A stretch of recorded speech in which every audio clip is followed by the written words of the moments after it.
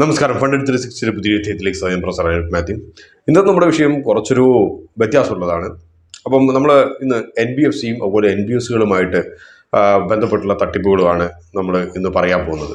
ഇതിൻ്റെ പ്രധാനപ്പെട്ട ഇങ്ങനത്തെ ഒരു വീഡിയോ ചെയ്യാമെന്ന് തോന്നിയതിൻ്റെ പ്രധാനപ്പെട്ട ഒരു കാരണം എന്ന് വെച്ച് കഴിഞ്ഞാൽ, കഴിഞ്ഞ ആഴ്ച എൻ്റെ വീടിൻ്റെ അടുത്തുള്ള ഒരു സ്വർണ്ണ പണയം കൊടുക്കുന്ന ഒരു സ്ഥാപനം, അവർ ഏകദേശം ഒരു 30-40 വർഷത്തോളമായി ഈ ഒരു മേഖലയിൽ. അപ്പോൾ അവർ ഈ പറഞ്ഞതുപോലെ അവർ വർക്ക് ചെയ്യുന്ന 1-2 പേരെയൊക്കെ എനിക്കറിയാം. അപ്പോൾ അവർ കഴിഞ്ഞതിൻ്റെ മുമ്പത്തെ ഞായറാഴ്ച സമീപിച്ചിട്ട് നമ്മൾ ഡെപ്പോസിറ്റ്സും ഉണ്ട്. അപ്പോൾ ഡെപ്പോസിറ്റ് സ്കീമിന് 12% നമ്മൾ പലിശ നൽകുന്നുണ്ട്. അപ്പം സാർ ഈ പറഞ്ഞതുപോലെ FD ഒക്കെ പലതും ഇടുന്നതിന് പകരം ഇതിനകത്ത് ഡെപ്പോസിറ്റ് ചെയ്യാവുന്നതാണ് എന്നുള്ള രീതിയിൽ. കാരണം പ്രത്യേകിച്ച് 40-45 വർഷമൊക്കെ ആയതുകൊണ്ട് അങ്ങനെ പൊളിഞ്ഞു പോകുന്നുള്ളൊരു പേടിയൊന്നും വേണ്ട എന്നുള്ള രീതിയിൽ. അപ്പോൾ ഞാൻ പ്രത്യേകിച്ചൊന്നും പറഞ്ഞില്ല. ഞാൻ പറഞ്ഞു കയ്യിൽ പണമില്ല, അപ്പോൾ അതുകൊണ്ട് വിടാൻ വേണ്ടിയിട്ടൊന്നും നിർവാഹമില്ല, വിചാരിക്കുന്ന പോലെ എനിക്ക് FD ഒന്നും ഇല്ല എന്നെല്ലാം പറഞ്ഞ് ഞാൻ അവിടെ നിന്ന് പോന്നു. പിന്നീടാണ് ഇതിനെക്കുറിച്ച് അറിഞ്ഞത്. ഏകദേശം നമ്മുടെ ചുറ്റുപാടുമുള്ള ഓൾമോസ്റ്റ് കുറേ പേര് പണം നിക്ഷേപിച്ചിട്ടുണ്ട്. അപ്പോഴാണ് നമ്മൾ പലർക്കും, വിദ്യാഭ്യാസമുള്ളവർക്ക് പോലും NBFC നോൺ ബാങ്കിങ് ഫിനാൻഷ്യൽ കമ്പനിയും അവയ്ക്ക് നിക്ഷേപം സ്വീകരിക്കാനുള്ള സാധ്യതകളെക്കുറിച്ചുമുള്ള പ്രധാനപ്പെട്ട ഒരു അറിവുകളൊന്നും കാര്യമായിട്ടില്ല എന്നുള്ളത് മനസ്സിലാക്കുന്നത്. അപ്പോഴാണ് നമ്മൾ ഇങ്ങനത്തെ ഒരു വീഡിയോ ചെയ്യാമെന്ന് വിചാരിച്ചത്. അപ്പോൾ ഇതിൻ്റെ അകത്ത് ഈ ഒരു വീഡിയോയിൽ പ്രധാനമായിട്ടുള്ളത് ബാങ്കും NBFCയും തമ്മിലുള്ള വ്യത്യാസങ്ങൾ, അതേപോലെ NBFCയുടെ പരിമിതികൾ എന്തൊക്കെയാണ്. മൂന്നാമത്തെ കാര്യമാണ് ഏറ്റവും പ്രധാനപ്പെട്ട കാര്യം, അതായത് കേരളത്തിൽ പ്രവർത്തിക്കുന്ന NBFCകളിൽ എത്ര പേർക്ക് നിക്ഷേപങ്ങൾ സ്വീകരിക്കാനുള്ള അനുമതി റിസർവ് ബാങ്കിൻ്റെ അടുത്തു നിന്നുണ്ട്. കാരണം ഈ നിക്ഷേപങ്ങൾ സ്വീകരിക്കാൻ വരുന്നവരൊക്കെ നമുക്ക് എന്തോ അനുമതി ഉള്ളതുപോലെയൊക്കെയാണ് പലരെയും സമീപിക്കുന്നത് നിക്ഷേപകരെ. അപ്പോൾ എത്ര പേർക്ക് നിയമപ്രകാരം നിക്ഷേപം സ്വീകരിക്കാൻ അനുമതിയുണ്ട്, ബാക്കിയുള്ള എല്ലാവരും തട്ടിപ്പുകാരാണെന്ന് തന്നെ വേണം നമുക്ക് കരുതാൻ വേണ്ടിയിട്ട്. അപ്പോൾ ആദ്യം നമുക്ക് NBFC എന്ന് പറയുന്നതും ബാങ്കും തമ്മിലുള്ള വ്യത്യാസം എന്താണെന്ന് നോക്കാം. നോൺ ബാങ്കിങ് ഫിനാൻഷ്യൽ കമ്പനി എന്ന് വെച്ച് കഴിഞ്ഞാൽ സാധാരണ ബാങ്ക് ചെയ്യുന്ന പല പരിപാടികളും ഇവർക്ക് ചെയ്യാൻ പാടില്ല എന്നാണ് നിയമം നിഷ്കർഷിക്കുന്നത്. അപ്പോൾ NBFCകൾ ചെയ്യാറുള്ളത്, നോൺ ബാങ്കിങ് ഫിനാൻഷ്യൽ കമ്പനി ചെയ്യാറുള്ളത്, അവർ പണം കടം കൊടുക്കും. ചിലർക്ക്, വളരെ ചുരുങ്ങിയ NBFCകൾക്ക് മാത്രം നിക്ഷേപങ്ങൾ സ്വീകരിക്കാനുള്ള അധികാരം RBI നൽകിയിട്ടുണ്ട്, അവരുടെ ഫിനാൻഷ്യൽ ക്രെഡിബിലിറ്റിയും സ്റ്റെബിലിറ്റിയും അനുസരിച്ച്. പക്ഷേ ഒരു NBFCകൾക്കും ഡിമാൻഡ് ഡെപ്പോസിറ്റ് സ്വീകരിക്കാനുള്ള അധികാരമില്ല. അതായത് നമുക്കറിയുന്ന പോലെ തന്നെ സാധാരണ ബാങ്കിൻ്റെ അകത്ത് നമ്മൾ കൊണ്ടുപോയിട്ട് FD ഇടുകയാണെങ്കിൽ, ഒരു വർഷത്തേക്കുള്ള FD ഇടുകയാണെങ്കിൽ പോലും നിങ്ങൾക്ക് ഒരു 6 മാസം കഴിഞ്ഞിട്ട് വേണമെങ്കിൽ ആ നിക്ഷേപം നിങ്ങൾക്ക് പിൻവലിക്കാം. അതേപോലെ തന്നെ എന്താണ് പറയുന്നത്, നമ്മൾ ചെക്ക് മുഖേന നിങ്ങളൊരു SB അക്കൗണ്ട് ഉണ്ടെങ്കിൽ പിൻവലിക്കാം. ഈ പറഞ്ഞ പോലെ SB അക്കൗണ്ടോ കറണ്ട് അക്കൗണ്ടോ അല്ലെങ്കിൽ ഒരു പ്രിമച്ചർ പേയ്മെന്റ് എന്ന് പറയുന്നത് നിക്ഷേപം സ്വീകരിക്കാൻ അധികാരമുള്ള NBFCകൾക്ക് പോലും അതിന് ഉള്ള ഒരു കഴിവില്ല, അഥവാ അധികാരം കൊടുക്കുന്നില്ല. ഒരു വർഷത്തേക്ക് ഇട്ട് കഴിഞ്ഞാൽ 1 വർഷം കഴിഞ്ഞിട്ട് മാത്രമേ തിരിച്ചു കൊടുക്കാനുള്ള ഒരു അധികാരമുള്ളൂ, അഥവാ അതിന് പ്രൊവിഷനുള്ളൂ. അപ്പം ഒരു ലിക്വിഡിറ്റി എന്ന് പറയുന്നത് NBFCകളിൽ നിങ്ങൾ നിയമപ്രകാരം നിക്ഷേപം സ്വീകരിക്കാൻ അധികാരമുള്ള NBFCകളിൽ ഇട്ടാൽ പോലും നിങ്ങളുടെ ലിക്വിഡിറ്റി എന്ന് പറയുന്നത് വലിയ ചോദ്യചിഹ്നമായി നിൽക്കും. നിങ്ങൾക്ക് വളരെ അത്യാവശ്യം ഉണ്ടെങ്കിൽ പോലും ആ പണം തിരിച്ചു തരാൻ നിയമപ്രകാരം അവർക്ക് യാതൊരു ബാധ്യതയുമില്ല. നിങ്ങൾക്ക് ആകെയുള്ളൊരു വഴി, അതിൻ്റെ മുകളിൽ വീണ്ടും അവരൊരു ലോൺ തരും, അതിനേക്കാളും നിങ്ങൾ നിക്ഷേപിച്ച പലിശയേക്കാളും ഉയർന്ന നിരക്കിൽ. അതാണ് ആകെ നടക്കുക. ഈ ഒരു കാര്യം നിങ്ങൾ മനസ്സിൽ വെക്കുക. രണ്ടാമത്തെ കാര്യം, NBFCകൾ ഈ പേയ്മെന്റ് ആൻഡ് സെറ്റിൽമെന്റ് സിസ്റ്റത്തിന്റെ ഒന്നും ഭാഗമാകാനുള്ള ഒരു അധികാരം ഇല്ലാത്തത് കൊണ്ട് തന്നെ ഈ പറഞ്ഞതുപോലെ ചെക്കുകൾ ഓണർ ചെയ്യുക, ചെക്കുകൾ കൊടുക്കുക, അത് എന്താ പറയുന്നത് എൻകാഷ് ചെയ്യുക എന്ന് പറയുന്ന പരിപാടികളൊന്നും നടക്കില്ല.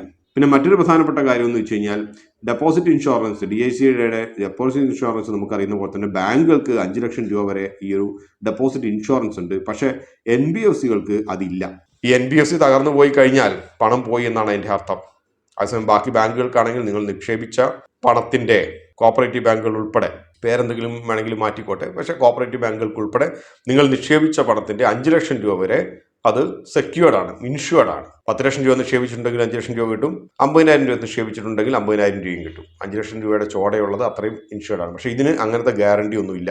പിന്നെ മറ്റൊരു പ്രധാനപ്പെട്ട ഒരു വ്യത്യാസം എന്ന് പറയുന്നത്, ബാങ്കുകൾക്ക് താത്വികമായി പറയുകയാണെങ്കിൽ എത്ര ഉയർന്ന പലിശ വേണമെങ്കിലും നിക്ഷേപങ്ങൾക്ക് കൊടുക്കാം. പക്ഷേ NBFCകൾക്ക് മാക്സിമം 12% മാത്രമേ പലിശ കൊടുക്കാൻ കഴിയൂ. അത് റിസർവ് ബാങ്ക് കാലാനുസൃതമായിട്ട് മാറ്റിക്കൊണ്ടിരിക്കുകയും ചെയ്യും. അപ്പോൾ 12% കൂടുതൽ പലിശ ഓഫർ ചെയ്യുന്ന ഏതെങ്കിലും ഒരു NBFC ഉണ്ടെങ്കിൽ നിങ്ങൾ അപ്പം തന്നെ ഉറപ്പിച്ചേക്കുക, അത് സത്യത്തിൽ നിയമപ്രകാരമല്ല. എങ്ങനെയെങ്കിലുമൊക്കെ തട്ടിമുട്ടി നിങ്ങൾക്ക് തരുന്നുണ്ടെങ്കിൽ കൂടിയും അതിൻ്റെ അണ്ടർലൈങ് ബിസിനസ്സുകൾ എന്ന് പറയുന്നത് വളരെ ചെറുതാണ്. അപ്പോൾ നിങ്ങൾ ആലോചിക്കും പലപ്പോഴും ഈ പറഞ്ഞതുപോലെ നിക്ഷേപങ്ങൾ സ്വീകരിക്കാനുള്ള അധികാരം ഇല്ലെങ്കിൽ പിന്നെ ഇവരെങ്ങനെയാണ് നിലനിൽക്കുക എന്ന്. അതായത് നിക്ഷേപം സ്വീകരിക്കാൻ അധികാരമില്ലാത്ത NBFCകൾ എങ്ങനെ നിലനിൽക്കുമെന്ന്. അത് നിലനിൽക്കാനുള്ള പ്രധാനപ്പെട്ട കാരണം ഈ പണം എവിടെ നിന്ന് കണ്ടെത്തുന്നു വെച്ച് കഴിഞ്ഞാൽ ഇവർ ബാങ്കുകളിൽ നിന്നും പണം കടമെടുക്കുന്നു എന്നുള്ളതാണ് സത്യം. അതുകൊണ്ടാണ് നമ്മൾ പറയാറ് NBFCകൾ സത്യത്തിൽ ബാങ്കുകളെ സഹായിക്കുകയാണ് ചെയ്യുന്നത്. NBFCകൾ ബാങ്കുകൾക്ക് ഭീഷണിയല്ല. ബാങ്കുകൾ ചുരുങ്ങിയ പലിശ നിരക്കിൽ NBFCകൾക്ക് പണം കടം കൊടുക്കും. അതിനേക്കാൾ ഉയർന്ന പലിശ നിരക്കിൽ NBFCകൾ നാട്ടുകാർക്ക് കടം കൊടുക്കും. അതുപോലെ തന്നെ ബാങ്കുകൾക്ക് കഴിയാത്ത പല പല സർവീസും NBFCകൾക്ക് നൽകാൻ കഴിയും. ഉദാഹരണമായിട്ട് പറയുകയാണെങ്കിൽ ഒരു ഇലക്ട്രോണിക് സ്റ്റോറിലോ മൊബൈൽ ഷോപ്പിലോ ഒക്കെ ചെന്നിട്ട് ഒരു 2 പേര് കുത്തിയിരുന്നിട്ട് മൊബൈൽ വാങ്ങിക്കുന്നവർക്ക് അപ്പം തന്നെ റെഡിമെയ്ഡ് ആയിട്ട് ലോൺ ഡിസ്പേഴ്സ് ചെയ്യലൊന്നും ബാങ്കുകൾക്ക് നടക്കുന്ന കാര്യമല്ല. പക്ഷേ NBFCകൾക്ക് ബാങ്കിൽ നിന്നും കടം വാങ്ങിക്കുന്ന പണം കൊണ്ട് ഇങ്ങനെയൊക്കെ പെട്ടെന്ന് ഈ റീറ്റെയിൽ ലോൺസും കൺസ്യൂമർ ലോൺസും ഒക്കെ പെട്ടെന്ന് ഡിസ്പേഴ്സ് ചെയ്യാൻ കഴിയും. അങ്ങനെയാണ് NBFCകളും ബാങ്കുകളും ഒരു വിൻ വിൻ സിറ്റുവേഷനാണ്, തമ്മിൽ സഹകരിച്ച് രണ്ടുപേർക്കും ബിസിനസ് ഉണ്ടാക്കി മുമ്പോട്ട് പോകുന്ന ഒരു അവസ്ഥയിലാണ് ഇരിക്കുന്നത്. അപ്പോൾ ഇതാണ് ബേസിക്കലി NBFCകളുടെ ഒരു മോഡ് ഓഫ് ഓപ്പറേഷൻ. അടുത്തതായിട്ട് നമുക്ക് കേരളത്തിൽ നിക്ഷേപം സ്വീകരിക്കാൻ അധികാരമുള്ള NBFCകൾ ഏതൊക്കെയുണ്ട് നമുക്ക് നോക്കാം. അതിനായിട്ട് നമുക്ക് റിസർവ് ബാങ്കിന്റെ ഡാറ്റ എടുക്കാം. അപ്പോൾ റിസർവ് ബാങ്കിന്റെ ഡാറ്റ നമുക്ക് ഡൗൺലോഡ് ചെയ്ത് കഴിഞ്ഞാൽ നമുക്ക് കാണാൻ കഴിയും ഏകദേശം 10,000-ഓളം NBFCകൾ ഇന്ത്യയിൽ ഉണ്ട്. അപ്പോൾ ഈ 10,000-ന്റെ അടുത്ത് 10,000 എന്ന് വെച്ചാൽ 9,356 NBFCകൾ ഉണ്ട് ആക്റ്റീവ് ആയിട്ടുള്ളത്. അപ്പോൾ അവയിൽ നമ്മൾ എങ്ങനെയാണ് നിക്ഷേപം സ്വീകരിക്കാൻ അധികാരമുള്ളത് നോക്കുന്നതെന്ന് വെച്ച് കഴിഞ്ഞാൽ ഇവിടെ കാറ്റഗറി എന്ന് പറഞ്ഞിട്ട് ഒന്ന് കാണും. അതിനകത്ത് NBFC D എന്ന് പറയുന്നത് നിക്ഷേപം സ്വീകരിക്കാൻ അധികാരമുള്ളതാണ്. NBFC deposits. NBFC ND എന്ന് പറഞ്ഞിട്ട് കാണാം, അതായത് നിക്ഷേപം സ്വീകരിക്കാൻ അധികാരമില്ല. ഇപ്പോൾ ഉദാഹരണമായിട്ട് പറയുകയാണെങ്കിൽ ബജാജ് ഫിനാൻസ് ഒന്നാമത് കാണുന്നു, നിക്ഷേപം സ്വീകരിക്കാൻ അധികാരമുണ്ട്, NBFC Dയിൽ വരുന്നതാണ്. ശ്രീറാം ഫിനാൻസ് NBFC D നിക്ഷേപം സ്വീകരിക്കാൻ അധികാരമുണ്ട്. ടാറ്റ സൺസ് പ്രൈവറ്റ് ലിമിറ്റഡ് ഇത് NBFC ND ആണ്, നിക്ഷേപം സ്വീകരിക്കാൻ അധികാരമില്ല. അപ്പോൾ എന്തുകൊണ്ടാണെന്ന് വെച്ച് കഴിഞ്ഞാൽ നിക്ഷേപം സ്വീകരിക്കാൻ അധികാരമുള്ള ഡെപ്പോസിറ്റിന് വേണമെങ്കിൽ അത് വേറെ സെപ്പറേറ്റ് ആപ്ലിക്കേഷൻ ഫയൽ ചെയ്യണം. ടാറ്റ സൺസ് പ്രൈവറ്റ് ലിമിറ്റഡ് എന്ന് പറയുന്നത് സത്യം പറഞ്ഞ ഒരു ഹോൾഡിംഗ് കമ്പനി പോലെയൊക്കെ വർക്ക് ചെയ്യുന്നുള്ളൂ. അതുകൊണ്ട് പുറത്തുനിന്ന് നിക്ഷേപമൊന്നും എടുക്കുന്നില്ല, അതുകൊണ്ടാണ്. പക്ഷേ എങ്കിൽ പോലും ബാക്കിയുള്ള പലർക്കും ലഭിക്കാത്തതിൻ്റെ പ്രധാനപ്പെട്ട കാരണം എന്ന് വെച്ച് കഴിഞ്ഞാൽ ക്യാപിറ്റൽ അഡിക്കസി ഒന്നും മീറ്റ് ചെയ്യാത്തതുകൊണ്ടൊക്കെയാണ്.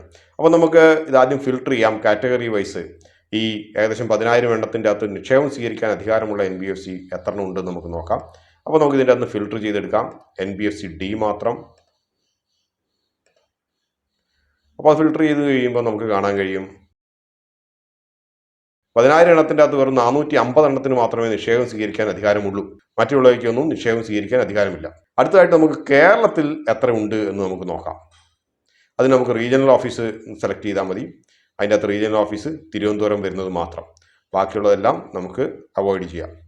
അപ്പോൾ നമുക്ക് ഫിൽട്ടർ ചെയ്ത് കഴിഞ്ഞാൽ നമുക്ക് കാണാൻ കഴിയും കേരളത്തിൽ 3 NBFCകൾക്ക് മാത്രമേ നിക്ഷേപം സ്വീകരിക്കാൻ അധികാരമുള്ളൂ. ഒന്ന് മുത്തൂറ്റ് ക്യാപിറ്റൽ സർവീസസ് ആണ്, അടുത്തത് Muthoot vehicle and asset finance ആണ്. അതിൻ്റെ മുമ്പത്തെ പേരെന്ന് പറഞ്ഞു കഴിഞ്ഞാൽ മുത്തൂറ്റ് ലീസിംഗ് ആൻഡ് ഫിനാൻസ് ആയിരുന്നു. മൂന്നാമത് സംസ്ഥാന സർക്കാരിൻ്റെ സ്ഥാപനമാണ് Kerala state power and infrastructure finance corporation limited എന്ന് പറഞ്ഞിട്ട്. ഇപ്പോൾ അതിനെന്തൊക്കെയോ പ്രശ്നങ്ങൾ ഉണ്ടായി എന്ന് വിചാരിക്കുന്നു. എന്തായാലും കാര്യമായിട്ട് നമ്മൾ അധികം ബോധർ ചെയ്യേണ്ട ആവശ്യമില്ല. ഇവിടെ ലെയർ എന്ന് പറഞ്ഞിട്ടൊരു ഓപ്ഷൻ കൂടി കാണാം. അതായത് ലെയർ എന്ന് പറയുന്നത് ഈ ഒരു എത്തരത്തിൽപ്പെട്ട ഏത് ലെയറിൽ, upper layer, middle layer, lower layer എന്നൊക്കെ പറയുന്നത് ഭയങ്കര അപ്പർ ലെയർ അല്ല. നമ്മൾ ബജാജ് ഫിനാൻസ് ഒക്കെ കണ്ടപ്പോൾ കണ്ടിട്ടുണ്ടാവും, അത് അപ്പർ എന്ന് പറഞ്ഞിട്ടാണ് കൊടുത്തിരിക്കുന്നത്. പക്ഷേ ഇത് ഒരു ഇടത്തരം എന്ന രീതിയിലാണ്. ഇതിൻ്റെ ബാക്കിയുള്ള ഫിനാൻഷ്യൽ ഇതെല്ലാം അനലൈസ് ചെയ്യുമ്പോൾ നമ്മുടെ RBI കണക്കിലെടുത്തിരിക്കുന്നത്. അപ്പോൾ ഈ പറഞ്ഞ 3 സ്ഥാപനങ്ങൾക്ക് മാത്രമേ കേരളത്തിൽ നിക്ഷേപം സ്വീകരിക്കാൻ അധികാരമുള്ളൂ, ബാങ്കുകളും സ്മോൾ ഫിനാൻസ് ബാങ്കും അല്ലാതെ. ഇതിനകത്ത് ചെറിയൊരു തെറ്റിദ്ധാരണ ഉണ്ടാകുന്ന ഒരു കാര്യം, ഞാൻ ഈ പറഞ്ഞത് ഈ 3 സ്ഥാപനങ്ങൾ എന്ന് പറയുന്നത് കേരളത്തിൽ രജിസ്റ്റർ ചെയ്ത സ്ഥാപനങ്ങളാണ്. പക്ഷേ നമ്മൾ നേരത്തെ ലിസ്റ്റ് കണ്ട 400 ചില്ലാനം NBFC D എന്ന് പറഞ്ഞിട്ടുള്ള സ്ഥാപനങ്ങൾ, അവയ്ക്ക് കേരളത്തിൽ ബ്രാഞ്ചുകൾ ഉണ്ടെങ്കിൽ അവയ്ക്ക് നിക്ഷേപം സ്വീകരിക്കാം. പക്ഷേ കേരളത്തിൽ ഓഫീസുള്ള സ്ഥാപനങ്ങൾ അവയിൽ 3 എണ്ണം മാത്രമേ ഉള്ളൂ. അതാണ് ഉദ്ദേശിച്ചത്. അതിൻ്റെ അകത്ത് ഉദാഹരണമായിട്ട് പറയുകയാണെങ്കിൽ ബജാജ് ഫിനാൻസിനോ അല്ലെങ്കിൽ മഹീന്ദ്രയ്ക്കോ സുന്ദരത്തിനോ കേരളത്തിൽ എവിടെയെങ്കിലും ഓഫീസ് ഉണ്ടെങ്കിൽ അവർക്കും നിക്ഷേപം സ്വീകരിക്കാൻ അനുമതി ഉണ്ട്. അതൊരു തെറ്റിദ്ധാരണ വരരുത്. അതുകൊണ്ട് തന്നെ നിങ്ങൾ ഈ 3 കമ്പനികൾ അല്ലാതെ മറ്റെവിടെയെങ്കിലും നിങ്ങൾ നിക്ഷേപിക്കുന്നുണ്ട് എങ്കിൽ അതെല്ലാം നിയമവിരുദ്ധമായിട്ടുള്ള നിക്ഷേപങ്ങൾ. അവയ്ക്ക് യാതൊരു തരത്തിലുള്ള നിയമപരിരക്ഷയുമില്ല. നിങ്ങൾക്ക് സത്യം പറഞ്ഞാൽ കേസ് കൊടുക്കാൻ പോലും പറ്റില്ല എന്നുള്ളതാണ് സത്യം. പേര് പ്രത്യേകിച്ച് നിങ്ങൾ നോക്കി വെക്കുക. പ്രത്യേകിച്ച് ഈ മുത്തൂറ്റ് എന്ന് പറയുന്നതിൻ്റെ അകത്ത് കുറേ മുത്തൂറ്റ് കമ്പനികളുണ്ട്. അവയിൽ ഈ പറഞ്ഞ 2 മുത്തൂറ്റുകൾക്ക് മാത്രമേ നിക്ഷേപം സ്വീകരിക്കാൻ അധികാരമുള്ളൂ. അപ്പോൾ ഏകദേശം എല്ലാവർക്കും കുറച്ച് മനസ്സിലായി കാണുമെന്ന് കരുതുന്നു. റിസർവ് ബാങ്കിൻ്റെ ലിസ്റ്റ് എപ്പോഴും അപ്ഡേറ്റഡ് ആയി പോകും. അപ്പോൾ അതുകൊണ്ട് നിങ്ങൾ ലേറ്റസ്റ്റ് ലിസ്റ്റൊക്കെ കാണണമെങ്കിൽ അത് എടുത്തിട്ട് നിങ്ങൾ റിസർവ് ബാങ്കിൻ്റെ സൈറ്റിൽ ചെന്നിട്ട് നോക്കുക. എന്തുകൊണ്ടാണ് പറയുന്നത് വെച്ച് കഴിഞ്ഞാൽ ചിലപ്പോൾ ഈ വീഡിയോ കുറേ കൊല്ലങ്ങൾക്ക് ശേഷം ചിലപ്പോൾ പലരും കാണും. അപ്പോൾ ഇത് തന്നെയുള്ളൂ ലിസ്റ്റ് എന്ന് വിചാരിക്കുന്നു, അല്ലെങ്കിൽ ഈ ലിസ്റ്റുകളൊക്കെ ഉണ്ടെന്നും കരുതണ്ട. കാരണം ചില കമ്പനികൾക്ക് ഇതിൽ നിന്ന് പോയേക്കാം, ചില കമ്പനികൾക്ക് തിരിച്ചു വന്നേക്കാം. മറ്റൊരു അധ്യായം നമുക്ക് വീണ്ടും കാണുന്നവരെ നന്ദി, നമസ്കാരം.